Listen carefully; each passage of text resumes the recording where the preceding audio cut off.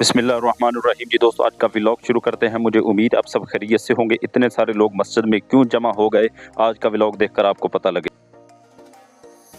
दोस्तों, आज मेरे शागिर्द की बारात थी और उसकी बारात कहीं दूर नहीं जाना थी बल्कि हमारे गांव में ही जाना थी। और मुझे लड़की वालों की तरफ से भी दावत थी और लड़के वालों की तरफ से भी दावत थी। और हम इस इंतज़ार में बैठे थे कि कब बारात आती है और हम निकाह पढ़ाएं। ये मेरे बहुत ही अच्छे दोस्त हैं, नौमान अहमद कश्मीरी साहब। ये कहते हैं कि सब मेरे साथ एक क्लिप बनाओ। दोस्तों, ये जो सामने वाला घर है, यहाँ से बारात ने आना था और कहीं दूर नहीं जाना था। बिल्कुल 1 एकड़ का फासला था दरमियान में, जहाँ लड़की वालों ने इंतज़ाम किया था बारात के लिए। दोस्तों, ये इतने लोग मस्जिद में इसलिए जमा हुए कि ये दुल्हा साहब है और उनके साथ उनके बाराती हैं।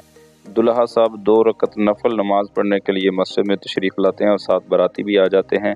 हालांकि इस रस्म का इस्लाम के साथ कोई ताल्लुक नहीं। दोस्तों, अगले दिन का व्लॉग शुरू करते हैं। मैं पहुंच जाता हूं 139 ईबी आरफ वाला में। वहां मैंने एक नमाज जनाजा अदा करना था और मैं चला जाता हूं ज़ोर की नमाज पढ़ने के लिए।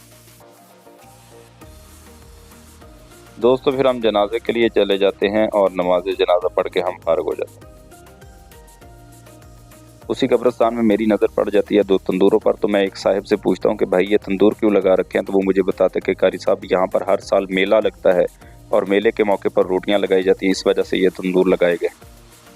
मैयत को दफनाया जा रहा था और मेरी नज़र पड़ जाती है एक दरबार पर जो कब्रिस्तान में मौजूद था। मैं उसका विज़िट करने के लिए दरबार के अंदर वाले अहाते में दाखिल होता हूँ।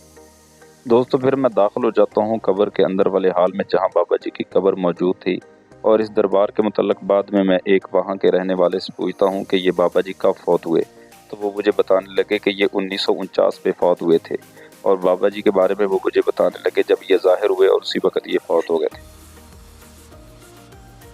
दोस्तों, ये ज़ाहिर होने के बारे में आप मुझे कमेंट में बताएंगे। अक्सर बाबों के बारे में पूछा जाता है तो बताया जाता है कि ये बाबा जी जब ज़ाहिर हुए तो उसी वक्त फौत हो गए। ये माजरा। कब्र वाले हाल से मैं बाहर आता हूँ तो एक बाबा जी दुआ कर रहे थे और मुझे बताया गया कि बाबा जी अगर मट्टी भी किसी को दम करके दे देते थे तो उसे शफा मिल जाती थी। हमारे यहाँ अक्सर कब्रों पर एक दरबार होता है और उस दरबार पर एक बड़ा सारा गल्ला भी रखा जाता है। दोस्तों, मेरे अंदाजे के मुताबिक तो ये सिर्फ पैसे कमाने का। दोस्तों, इस कब्रिस्तान में 2 मज़ार थे। हम दूसरे मज़ार का विज़िट करने के लिए वहाँ पहुँच जाते हैं। ये मज़ार सैयद मोहम्मद जाफ़र हुसैन शाह साहब का है।